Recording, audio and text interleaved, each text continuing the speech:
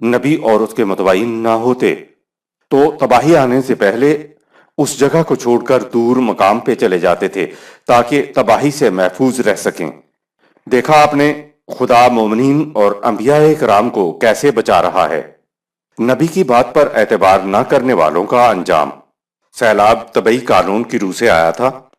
حضرت نوح علیہ السلام اور آپ کے متبعین طبعی ذریعہ کشتی استعمال کرنے کی وجہ سے سیلاب سے محفوظ رہے تھے۔ گویا بچانے والی چیز کشتی تھی۔ اگر کفار بھی حضرت نوح علیہ السلام کو دیکھ دیکھ کر ایک کشتی بنا لیتے تو وہ بھی سیلاب سے بچ جاتے۔ طبعی قوانین خدا کے بنائے ہوئے ہیں، اس لیے وہ اپنی نتیجہ خیزی میں کبھی فیل نہیں ہوتے۔ ایسا کبھی نہیں ہو سکتا کہ بخار اتارنے والی دوائی مومن کا بخار تو اتار دے لیکن کافر کے بخار کو نہ اتارے۔ طبعی قوانین کا نتیجہ کافر اور مومن میں فرق نہیں کرتا۔ مخالفین اپنی قوت اور دولت کے نشے میں مست ہوتے تھے، اس لیے نوح علیہ السلام کی بات پر اعتبار کرنے کی بجائے الٹا نوح علیہ السلام کا مذاق اڑاتے رہے۔ سورہ 11 آیت نمبر 38۔ اگر انسان کسی کو ذہن میں پہلے سے جھوٹا تصور کر لے تو اس کی کسی بات کو بھی سنجیدگی سے نہیں لیتا۔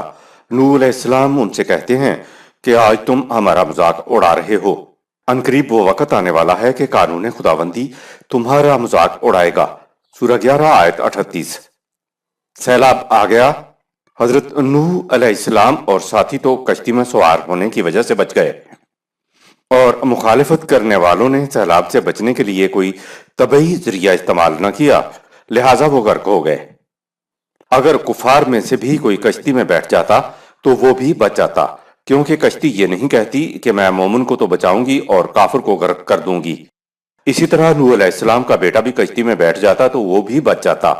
طبعی حفاظتی سامان استعمال کیا جائے تو فطرت مومن اور کافر میں فرق نہیں کرتی۔ عذاب کے متعلق قرآن کریم کا پیش کردہ تصور۔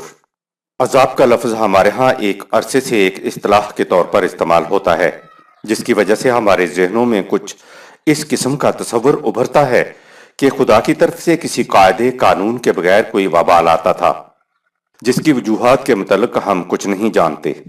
اس وبال کو، اس عذاب کو نبی کا معجزہ کہہ کر آگے بڑھ جاتے ہیں، یا کہتے ہیں کہ خدا کی مشیت سے یعنی خدا کی منشا سے عذاب آتا ہے۔ خدا کے قانون کو ہم درمیان میں لاتے ہی نہیں۔ عذاب کی جگہ اگر آپ تباہی کہہ لیں تو بات بڑی آسانی سے سمجھ میں آ جاتی ہے۔ حوادث ارضی و سماوی سے وہ محفوظ رہتے ہیں جو قوانین فطرت کے مطابق حفاظت کا سامان کرتے ہیں، اور تباہی ان پر آتی ہے جو طبعی قوانین کے مطابق حفاظت کا سامان نہیں کرتے۔ جب فصل کو کیڑا لگتا ہے تو طبعی کیڑے سے فصل کو محفوظ رکھنے کے لیے ہم طبعی کیمیکل کا استعمال کرتے ہیں۔ کسی غیر طبعی دم درود سے فصل کا کیڑا تلف نہیں ہو سکتا۔ پہلے زمانے میں ارضی و سماوی حوادث سے بچنے کے انتظامات انسان نے ایجاد نہیں کیے تھے، اس لیے چھوٹے سے چھوٹا حادثہ بھی بڑی تباہی کا موجب بن جایا کرتا تھا۔ نوح علیہ السلام کی داستان میں تو کشتی بچانے کا سبب بنی، لیکن دوسرے انبیاء کرام کی داستانوں میں انبیاء کرام اور ان کے ساتھی جگہ چھوڑ دینے سے محفوظ رہتے تھے۔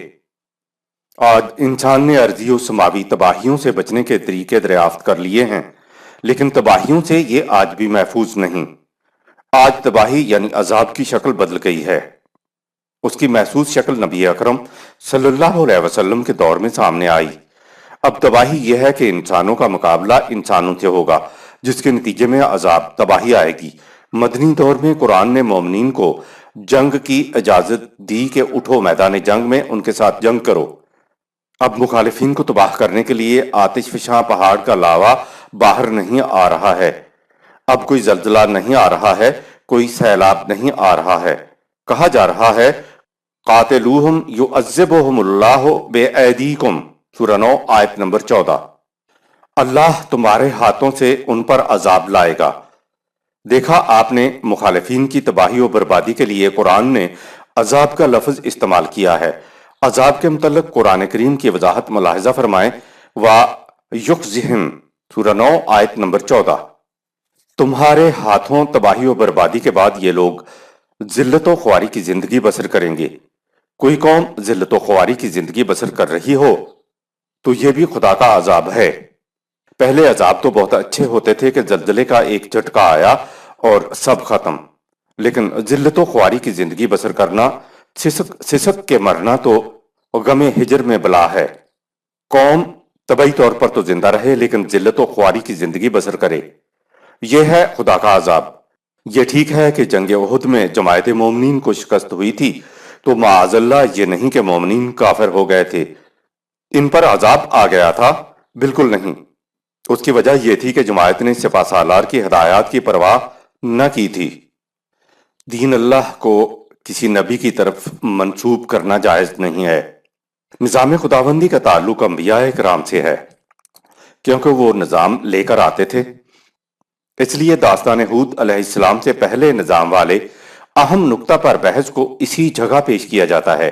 آپ نے اسلامی نظام، اقامت دین، نظام خداوندی اور نظام مصطفیٰ صلی اللہ علیہ وسلم کی اصطلاحات سنی ہوں گی، لیکن ان اصطلاحات کا نعرہ لگانے والوں نے آج تک نہیں بتایا کہ ان سے مفہوم کیا ہے۔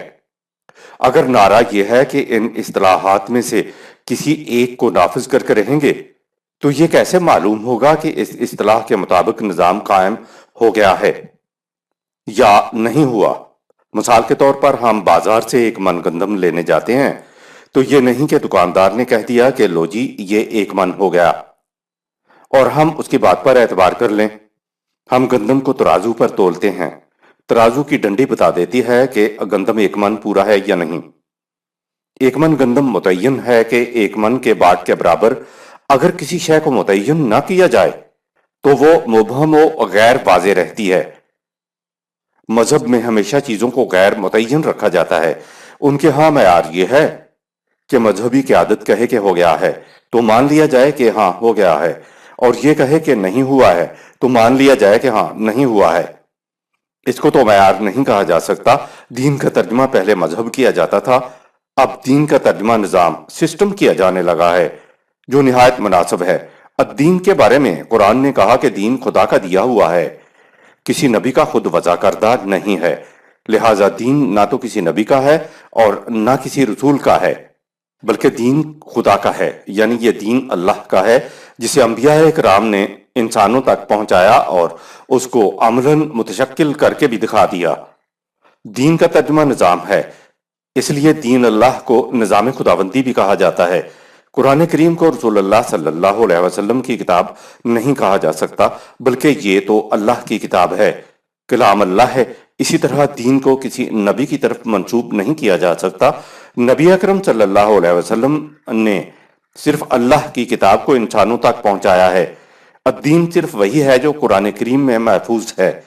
اب ترازو کی ڈنڈی کی طرح متعین طور پر واضح ہو گیا کہ نظام خداوندی بس وہی ہے جسے قرآن نظام خداوندی کہے۔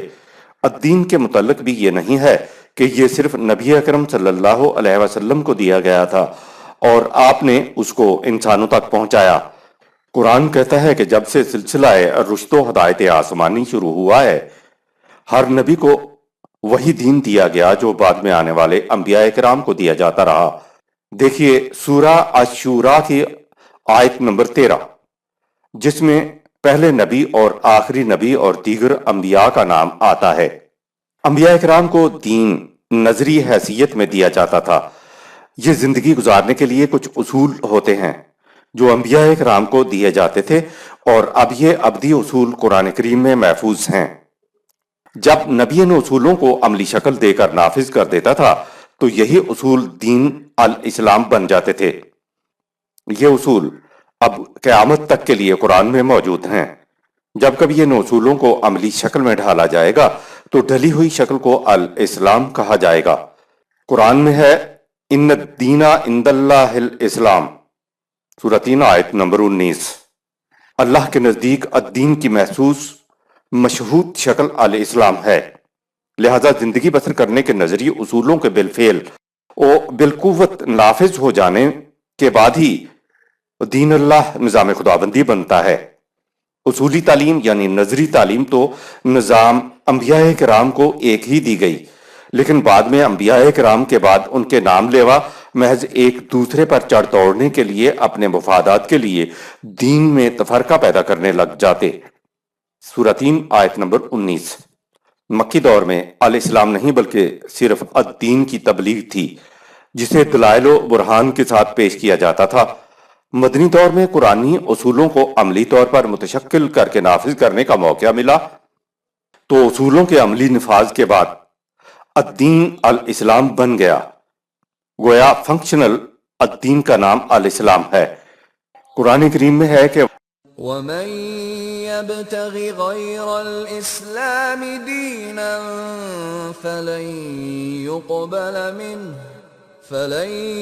يقبل منه وهو في الآخرة من الخاسرين۔ سورہ 3 آیت نمبر 85۔ جو کوئی اس کے سوا کوئی اور نظام چاہے گا یا قائم کرے گا تو خدا کے ہاں وہ قابل قبول نہیں ہوگا۔ الدین کو جب فنکشنل الاسلام میں ڈھالا گیا تو اس کی عملی شکل مختلف زبانوں میں مختلف رہی، لیکن اصول دین غیر متبدل رہے۔ داستان امم سابقہ میں الدین ہی کے مختلف گوشے، زاویے اور شکلیں ہیں جنہیں قرآن وضاحتوں سے اور تصریحاتی انداز سے پیش کر دیا ہے۔ دین کے سارے گوشے کسی ایک نبی کی داستان میں سامنے نہیں آئے ہیں۔ جس قوم میں نبی مبعوث ہوتا تھا وہاں باطل نظام اپنے پنجے گاڑے ہوئے ہوتا تھا، لہٰذا ہر قوم کے باطل نظام کے نمایاں گوشوں کو قرآن سامنے لاتا ہے کہ فلاں فلاں چیزیں خلاف الدین ہیں۔ علماء کرام اگر کبھی متحد ہوتے بھی ہیں تو مبہم اور غیر واضح بات پر متحد ہوتے ہیں۔ علماء کرام الدین کی جو وضاحت کرتے ہیں وہ ایک دوسرے سے مختلف ہوتی ہے۔ سوال یہ ہے کہ ان کی الدین کی وضاحتیں کیوں ایک دوسرے سے نہیں ملتی؟ اس لیے کہ یہ لوگ خدا کا دیا ہوا الدین لوگوں کے سامنے پیش ہی نہیں کرتے، بلکہ یہ اپنے فرقہ کے آئمہ کی آراء کو پیش کرتے ہیں۔ ورنہ اگر قرآن کو قرآن کی وضاحت کے ساتھ پیش کیا جائے تو کوئی اختلاف نظر نہیں آئے گا۔ اب بات صاف ہو گئی کہ جب تک یہ الگ الگ فرقے باقی ہیں الدین اپنی اصلی شکل میں سامنے آ ہی نہیں سکتا۔ علماء اکرام کسی ایک معاملے میں بھی متحد نہیں ہیں۔ متحد تو یہ صرف نعرے لگانے میں ہوتے ہیں کہ نظام مصطفیٰ لائیں گے، لیکن یہ لوگ کبھی نہیں بتائیں گے کہ کیا نظام مصطفیٰ الدین سے الگ کوئی چیز ہے۔ اگر یہ الگ الگ نہیں تو پھر نمازیں اور مسجدیں الگ الگ کیوں ہیں؟ علماء اکرام متحد ہوئے تھے تو بھی تو نظام مصطفیٰ کے نعرہ پر، جو مبہم تھا، غیر واضح تھا۔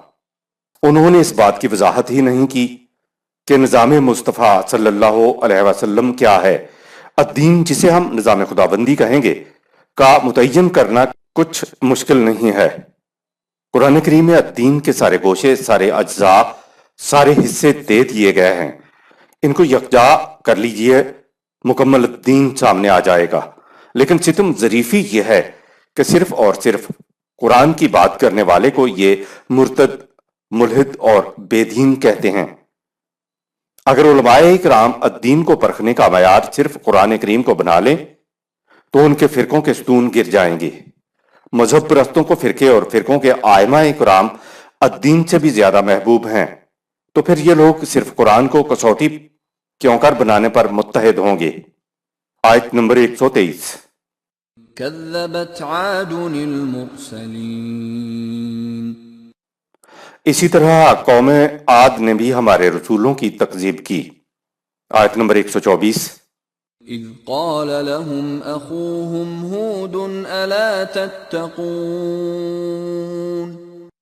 جب ان کے بھائی بندوں میں سے ہود علیہ السلام رسول بن کے آیا تو اس نے پوچھا کہ کیا تم اپنی غلط روش کی تباہ کاریوں سے بچنا چاہتے ہو یا نہیں؟ آیت نمبر 125۔ إني لكم رسول أمين۔ اے میری قوم کے لوگوں سنو، مجھے خدا نے تمہاری طرف امن و سلامتی کا پیغامبر بنا کر بھیجا ہے۔ آیت نمبر 126۔ فاتقوا الله وأطيعون۔ تم اپنی غلط روش کی تباہ کاریوں سے بچنا اور امن سے رہنا چاہتے ہو تو تم اجتماعی طور پر اللہ کے قوانین کی اطاعت کرو۔ اس کا عملی طریق یہ ہے کہ تم میری اطاعت کرو۔ آیت نمبر 127۔ وما أسألكم عليه من أجر إن أجري إلا على رب العالمين۔ میں اس پر تمہاری خیر خواہی چاہنے پر بالکل کسی صلے کا طالب نہیں ہوں، میرا صلہ تو بس اس خدا کے ذمہ ہے جو تمام اقوام عالم کی پرورش کرنے والا ہے۔ آیت نمبر 128۔ أتبنون بكل ريع آية تعبثون۔ اے میری قوم، کیا یوں ہی فضول تم پہاڑیوں پر یادگاریں بناتے رہو گے؟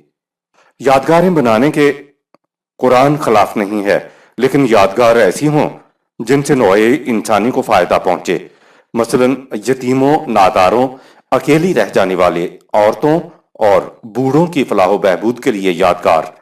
اگر پہاڑ پر کسی بادشاہ نے اپنے نام کو زندہ رکھنے کی خاطر کوئی یادگار بنا دی ہے تو اس سے انسانیت کو کیا فائدہ؟ یادگاروں سے حیات دوام حاصل نہیں ہو سکتی۔ ہو سکتا ہے کہ یہ یادگاریں تو باقی رہ جائیں، لیکن ان یادگاروں سے انسانوں کو تو حیات دوام حاصل نہیں ہو سکتی۔ فرد کو حیات دوام حسن عمل سے حاصل ہوتی ہے۔ آیت نمبر 129۔ وَتَتَّخِذُونَ مَصَانِعَ لَعَلَّكُمْ تَخْلُدُونَ۔ اور اس ارادے سے شاندار محل بناتے رہو گے گویا تمہیں ہمیشہ یہیں رہنا ہے۔ آیت نمبر 130۔ وَإِذَا بَطَشْتُم بَطَشْتُمْ جَبَّارِينَ۔ اور جب بھی تم کسی کمزور پر حملہ آور ہوتے ہو تو جبار بن کے حملہ آور ہوتے ہو۔ مفہوم کے اعتبار سے لفظ جبر کے مستحسن اور مذموم دو پہلو ہیں۔ ہڈی جوڑنے کے لیے لکڑیاں آس پاس لگائی جاتی تھیں، ان کو جبائر اسپلنٹس کہتے ہیں۔ ان لکڑیوں کو ٹوٹی ہوئی ہڈی کے آس پاس لگا کر کس کر باندھ دیا جاتا تھا تاکہ ٹوٹی ہوئی ہڈی اپنی جگہ سے نہ ہلے اور جڑ جائے۔ لکڑیوں کو ٹوٹی ہوئی ہڈی کی اصلاح کے لیے لگایا جاتا تھا۔ کس کے باندھنے کو جبر کہتے ہیں، اور جو ایسا کرتا ہے اس کو جبار کہا جاتا تھا۔ خدا کو الجبار اسی لیے کہا جاتا ہے کہ وہ انسانیت کی ٹوٹی ہوئی ہڈیوں کو جوڑنے والا ہے۔ ٹوٹی ہوئی ہڈی کو جوڑنا مستحسن کام ہے۔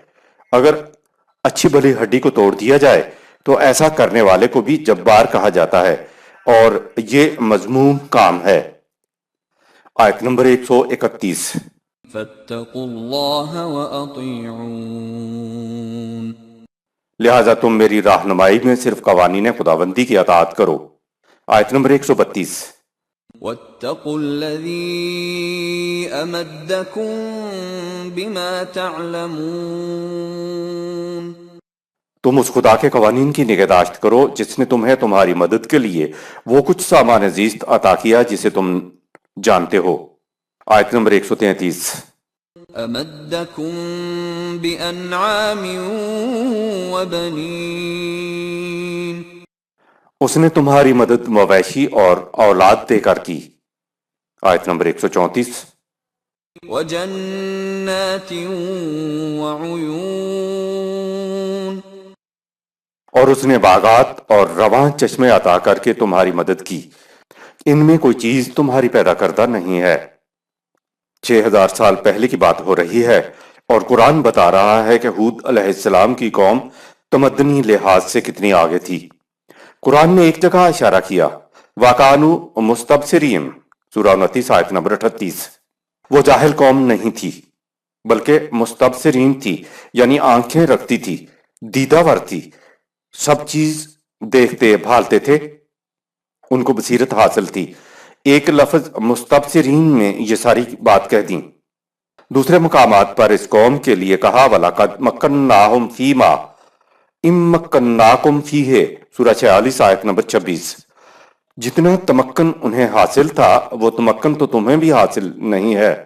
یہ بات رسول اللہ صلی اللہ علیہ وسلم کے دور سے موازنہ کر کے کی گئی ہے، لیکن ان کے نظام حکومت اور معاشی طور پر جان لیوا زندگی کے متعلق کہا وَإِذَا بَطَشْتُمْ جَبَّارِينَ، سورہ 26 آیت نمبر 130۔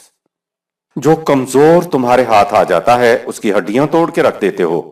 یہ قرآن نے ان پر فرد جرم عائد کیا ہے۔ دولت و ثروت، خوشحالی، فارغ البالی اور نعمائے خداوندی تو اس لیے دی گئی تھیں کہ انہیں نوع انسانی کی منفعت کے کام میں لاؤ۔